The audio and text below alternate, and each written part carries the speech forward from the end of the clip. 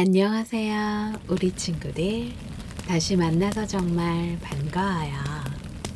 여기는 밤하늘의 별들이 소곤소곤 이야기를 나누는 곳, 거북이 선생님이 별 내린 다락방이에요. 오늘은 아주 특별하고 신기한 이야기를 가져왔어요. 혹시 사람이 알에서 태어났다는 이야기를 들어본 적이 있나요? 사람이 엄마 뱃속에서 태어나지 어떻게 알에서 태어나요? 하고 눈을 동그랗게 뜨는 친구들도 있겠죠. 하지만 아주 먼 옛날 우리 역사 속에는 알을 깨고 나와 나라를 세운 아주 용감하고 눈부신 영웅들이 있었답니다. 바로 고구려를 세운 주문과 신라를 세운 박혁거세예요. 이 두 영웅은 어떻게 알에서 태어났고 또 어떻게 멋진 왕이 되었을까요? 자, 이제 포근한 이불을 꾹 덮고 귀를 쫑긋 세워볼까요? 거북이 선생님과 함께 반짝이는 별빛을 따라 신비로운 알 속 영웅들의 이야기 나라로 퐁당 빠져볼게요. 빛으로 태어난 아이 박혁거세. 아주 먼 옛날 지금의 경주 땅에는 6개의 마을이 옹기종기 모여 살고 있었답니다. 산은 둥글게 둘러서서 바람을 막아주었고 들판은 넓게 숨쉬며 사람들이 발자국을 포근히 받아주었지요. 사람들은 서로 도우며 살았어요. 봄에는 씨앗을 나누고 가을에는 곡식을 함께 거두었답니다. 그런데 마음 한켠에는 늘 같은 바람이 조용히 자리하고 있었어요. 6마을이 함께 의지할 큰 어른. 모두 이야기를 고르게 듣고 길을 밝혀줄 임금님을 기다리는 마음이었지요. 6마을의 촌장들은 가끔 높은 곳에 모여 의논했어요. 누가 더 옳으냐를 따지기보다는 어떻게 하면 모두가 덜 다치고 더 평안할지를 먼저 생각했답니다. 그날도 촌장들은 바람이 잘 드는 언덕에 둘러앉아 마을이 앞날을 걱정하고 있었어요. 햇살은 부드럽고 잎사귀들은 막 연두빛을 꺼내는 중이었지요. 그때였어요. 어디선가 말 울음소리가 들려왔답니다. 소리는 맑고 길었어요. 크게 소리치지 않았는데도 가슴 깊은 곳을 톡 하고 건드리는 울음이었지요. 촌장들은 서로 눈을 마주치고는 소리가 나는 쪽으로 서둘러 걸음을 옮겼어요. 소리는 양산 기슭에 나정이라는 우물가에서 났답니다. 나정은 물이 맑고 깊어서 그 물을 바라보기만 해도 마음이 가라앉는 것 같은 곳이었지요. 우물가에 도착한 촌장들은 그 자리에서 발을 멈췄어요. 눈처럼 하얀 말 한 마리가 우물 곁 풀밭에 있었거든요. 백마는 아무렇지 않게 서 있었어요. 몸을 낮추어 무릎을 꿇고 마치 아주 중요한 분께 예를 올리는 것처럼 고개를 숙인 채였답니다. 그 모습이 너무 정중하고 고요해서 우물가를 스치는 바람마저 잠시 조심스러워지는 듯했어요. 촌장들이 조심스럽게 다가가자 백마는 고개를 들었어요.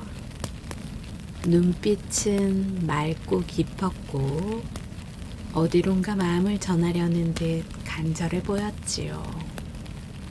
그리고 백마는 하늘을 향해 길게 한 번 더 울었답니다. 울음이 끝나자마자 백마는 마치 맡은 일을 다 마친 것처럼 천천히 몸을 돌렸어요.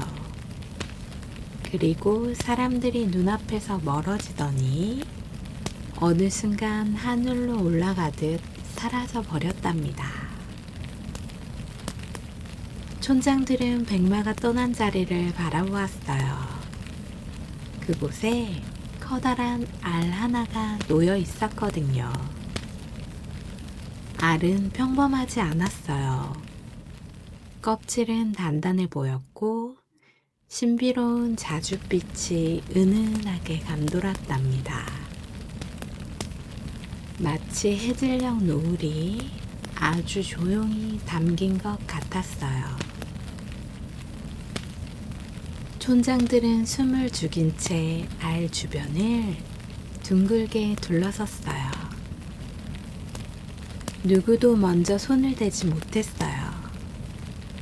왠지 함부로 만지면 안 될 것 같은 마음이 들었거든요.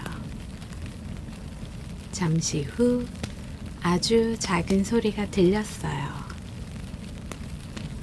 톡. 알 껍질에 가느다란 금이 생겼고 그 금은 조금씩 길어졌답니다. 토독. 그리고 마침 알이 열리며 안에서 한 아기가 모습을 드러냈어요. 아기는 울지 않았어요. 먼저 눈을 크게 떠서 세상을 조용히 바라보았지요. 그 순간 놀라운 일이 일어났답니다.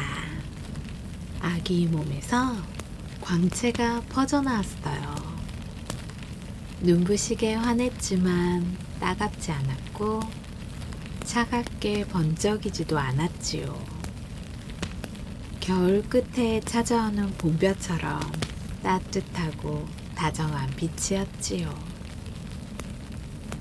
빛이 풀잎 끝에 내려앉자 풀잎들이 작은 별을 달고 있는 것처럼 반짝였어요. 우물물 위로도 맑은 빛이 흔들리며 춤췄답니다. 숲에서는 새들이 날아와 지저귀었고 짐승들도 멀리서 고개를 내밀었어요. 마치 세상이 함께 기뻐하는 것 같았지요. 촌장들은 자신도 모르게 무릎을 꿇었어요. 누가 시킨 것도 아닌데 마음이 먼저 그렇게 움직였답니다. 오래 기다렸던 무언가가 마침내 찾아온 느낌이었거든요. 촌장들은 아기를 조심스럽게 안아 올렸어요. 아기 체온은 따뜻했고 품 안에 안기는 순간 마음까지 환해지는 것 같았답니다. 그리고 사람들은 아기를 동천에서 깨끗이 씻겨주었어요. 맑은 물이 아기 어깨를 스치자 광채는 더 고르게 번졌고 주변 공기까지 맑아지는 듯했어요. 이제 아기의 이름을 지어야 했어요. 사람들은 알이 박처럼 둥글게 생겼다고 하여 성을 박이라 하였고 세상을 밝게 비출 아이가 되라는 뜻을 담아 혁거세라 불렀답니다. 박혁거세는 6마을이 사랑 속에서 자랐어요. 사람들은 아이를 귀히 여겼지만 그 귀함은 겉으로만 반짝이는 돌봄이 아니었지요. 서로를 살피는 마음을 보여주고 고운 말로 하루를 묶어주는 삶이었답니다. 혁컷에는 작은 것들을 그냥 지나치지 않았어요. 길가에 걸림돌이 있으면 한쪽으로 옮겨두었고, 다친 새가 있으면 물을 떠다 주었지요. 누군가 속상해하면 먼저 옆에 앉아 조용히 기다려 주었답니다. 기다림이 때로는 가장 따뜻한 위로라는 걸 알고 있는 듯했어요. 그러던 어느 해 비가 늦어 들판이 거북등처럼 갈라졌답니다. 6마을 사람들이 마음도 덩달아 조급해졌어요. 물길을 누구부터 열지, 어디로 먼저 돌릴지 사람들이 말끝이 뾰족해지기 시작했지요. 그때 혁거새가 조용히 앞으로 나섰어요. 아직 어린 소년이었지만 눈빛은 흔들리지 않았답니다. 혁거새는 먼저 가장 물이 급한 밭을 떠올리게 했고, 아이가 많은 집과 몸이 약한 어른이 있는 집을 생각하게 했어요. 그리고 말했지요. 오늘만 넘기는 것이 아니라 함께 물길을 손봐 앞으로도 서로를 지켜주자고요. 말은 길지 않았지만 사람들의 마음은 천천히 돌아왔답니다. 내 밤만 바라보면 마음이 좁아지지만 우리 삶을 함께 바라보면 길이 넓어진다는 걸 모두가 느꼈거든요. 시간이 흘러 혁거새가 13살이 되던 해에 6마을은 뜻을 모았어요. 이제 우리를 이끌어줄 임금으로 모시자고요. 혁거새는 높은 곳에서 사람들을 내려다보는 임금이 되지 않았답니다. 사람들 사이로 걸어 들어가 먼저 듣고 먼저 살피는 임금이 되었지요. 날카로운 말로 누르는 대신 마음을 다독이며 길을 열어주는 사람이 되었어요. 그렇게 6마을은 조금씩 하나의 마음으로 이어졌답니다. 나정 우물가에서 시작된 작은 빛은 사람들이 가슴속으로 옮겨가 오래도록 따뜻하게 남았어요. 우리 마음속에도 박혁거새처럼 세상을 밝히는 작은 빛이 살고 있어요.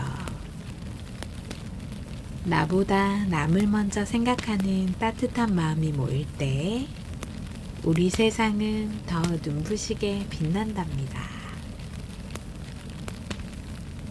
하늘의 빛을 품은 아이, 주몽. 아주 먼 옛날, 하늘과 땅이 지금보다 조금 더 가까워 서로의 숨소리까지 들리던 시절이 있었습니다. 사람들은 저녁이 되면 들판에 나와 서쪽 하늘을 한참이나 바라보곤 했지요. 해가 지고 난 뒤에도 하늘은 마치 잘 익은 복숭아처럼 붉은 빛을 오래도록 품고 있었고, 그 빛은 강물 위에 길게 누워 윤슬이라 불리는 반짝이는 물결을 만들어냈습니다.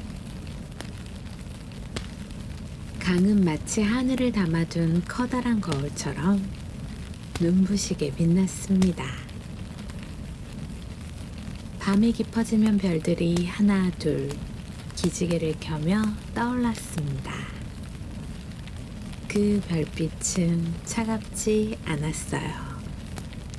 마치 먼 곳에서 다정한 누군가가 등불을 들고 손을 흔드는 것처럼 보들보들하고 따뜻하게 반짝였지요. 하늘나라에는 해처럼 밝고 맑은 기운을 지닌 청년이 살고 있었습니다. 이름은 해모수였지요. 그는 구름 위를 거닐며 아래 세상을 내려다보는 것을 참 좋아했습니다. 그의 눈은 세상을 판단하기보다는 감싸 안아주는 깊은 호수와 같았어요. 해모수는 마을 어귀에서 모락모락 연기가 피어오르면 누군가 맛있는 저녁을 지어 식구들을 기다리고 있겠구나 하며 미소 지었고, 비가 내리는 날이면 지느길을 걷는 아이들이 발이 젖을까봐 걱정했습니다. 누가 울고 있으면 그 슬픔의 무게를 같이 느껴주고 싶어 했고, 힘겨워 보이는 사람에게는 조용히 바람을 보내 땀을 식혀주려 했지요. 세상을 사랑하는 마음, 그것이 해모수가 가진 가장 큰 힘이었습니다. 어느 날 해모수는 푸른빛이 넘실거리는 넓은 강가에 내려섰습니다. 여름이 초록이 막 짙어지는 계절이었지요. 강물은 깊은 산이 비밀을 머금은 듯 푸르고 깊었으며 햇살은 물결 위에서 보석가루처럼 부서졌습니다. 바람이 살랑 불 때마다 강변이 갈대들이 일제히 한쪽으로 고개를 숙였다가 다시 영차 하고 일어섰습니다. 그곳에서 해모수는 한 소녀를 만났습니다. 강이신 하백의 딸 유아였습니다. 유아는 강을 무척 아끼는 아이였어요. 물가로 떠밀려온 나뭇가지를 정성껏 치워 어린 물고기들이 다치지 않게 길을 터주었고, 사람들이 발에 밟혀 고개를 숙인 풀잎들을 조심스레 일으켜 세워주었지요. 누가 보지 않아도 유아는 늘 정성을 다했습니다. 보이지 않는 곳에서도 바른 마음을 지키는 것, 그것이 유아의 아름다움이었지요. 해모수는 멀찍이 서서 그 모습을 지켜보았습니다. 덩치가 크고 힘이 센 사람은 많지만 마음이 고요하고 깊은 사람은 드물다는 걸 그는 알고 있었거든요. 두 사람은 많은 말을 나누지 않았습니다. 대신 나란히 앉아 흐르는 강을 오래도록 바라보았습니다. 물결이 햇빛을 머금었다가 다시 반짝이며 내뱉는 모습을, 은빛 물고기떼가 춤을 추듯 흩어졌다 모이는 모습을요. 말하지 않아도 마음과 마음이 따뜻하게 이어지는 신비로운 순간이었습니다. 시간이 흘러 유아는 소중한 아이를 품게 되었습니다. 하지만 세상은 늘 따뜻한 이해로만 가득 차 있지 않았습니다. 사람들은 자기들이 모르는 낯선 이야기를 들으며 먼저 의심하고 고개를 갸웃거렸지요. 사람들의 시선은 때로 날카로운 화살처럼 유아의 마음을 아프게 했습니다. 유아는 조용히 정든 강을 떠나기로 했습니다. 깊은 침묵이 흐르는 숲으로 몸을 옮겼지요. 숲은 아무런 비난도 하지 않았습니다. 커다란 나무들은 그저 바람의 노래에만 귀를 기울이며 유아를 포근하게 감싸 안아주었지요. 그 고요한 숲속에서 마침내 하나의 알이 태어났습니다. 그 알은 평범한 알이 아니었어요. 은은하고 신비로운 빛을 스스로 내뿜고 있었지요. 햇빛 아래에서는 눈부신 금빛으로, 달빛 아래에서는 차분한 은빛으로 아른거렸습니다. 사람들은 알을 보고 신기해하면서도 한편으론 두려워했습니다. 사람이 알을 낳다니, 이건 불길한 징조야. 사람들은 알을 깨뜨려 보려고 망치로 쾅쾅 두드려 보기도 하고 단단한 돌에 던져보기도 했습니다. 하지만 알은 꿈쩍도 하지 않았습니다.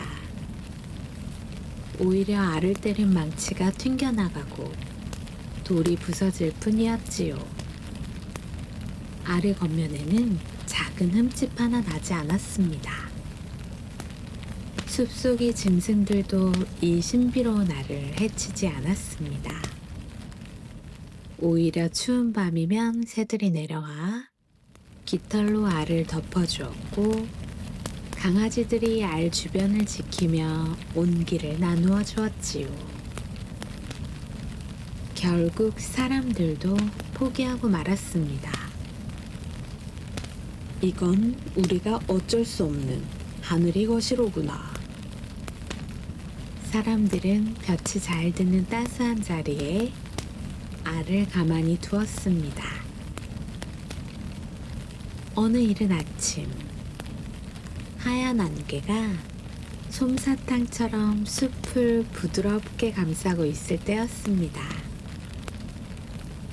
숲속의 새들이 잠에서 깨어나 노래를 시작하기 전에 고요한 시간, 알이 찌지직 소리를 내며 조용히 갈라졌습니다.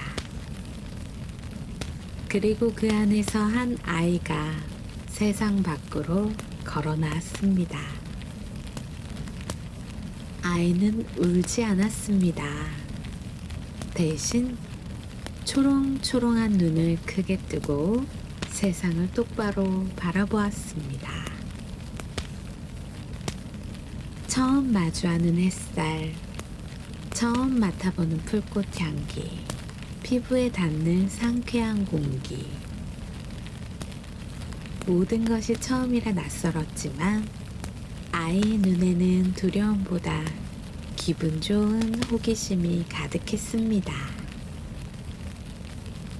그 아이가 바로 주몽이었습니다. 주몽은 자라면서 유난히 멀리 보는 아이였습니다. 다른 아이들이 발등 위에 떨어진 꽃잎에만 집중할 때 주몽은 저 멀리 산등성이 너머에는 어떤 세상이 펼쳐져 있을지, 굽이치는 강물은 어디까지 흘러가 바다를 만날지 궁금했습니다. 주몽이 처음 활을 잡던 날, 그때 주몽이 손은 아주 작았고 힘도 모자랐습니다. 활의 시위를 당기면 팔이 부들부들 떨렸고, 화살은 관역 근처에도 가지 못한 채 풀숲으로 픽 쓰러지거나 엉뚱한 나무에 퍽 박히곤 했습니다. 그 모습을 본 다른 아이들이 깔깔대며 웃었습니다. 에이 주몽, 너 활솜씨가 형편없구나. 주몽이 얼굴은 잘 익은 사과처럼 빨개졌습니다.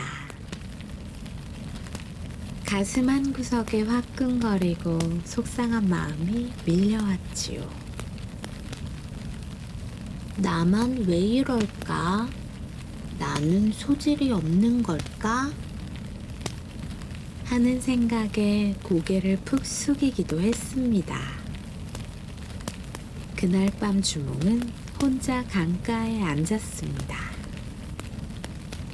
차가운 달빛이 물결 위에서 파르르 떨고 있었지요.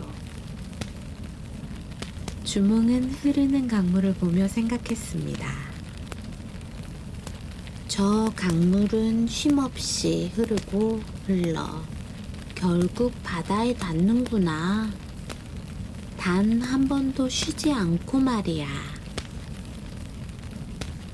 주몽은 무릎을 탁 쳤습니다. 그래, 오늘 안 된다고 해서 영영 안 되는 건 아니야. 강물처럼 나도 계속 해보는 거야. 다음날 주몽은 누구보다 먼저 일어나 활을 잡았습니다. 바람이 어느 쪽으로 부는지 뺨으로 느끼고 발바닥이 땅을 단단히 지지하도록 자세를 잡았습니다. 숨을 깊이 들이마셨다가 멈추는 아주 짧은 순간까지도 연습하고 또 연습했지요. 손가락에 굳은 살이 박히고 팔 근육이 단단해질 때까지요. 조금씩, 아주 조금씩 변화가 일어났습니다. 화살은 더 이상 풀숲에 숨지 않았습니다.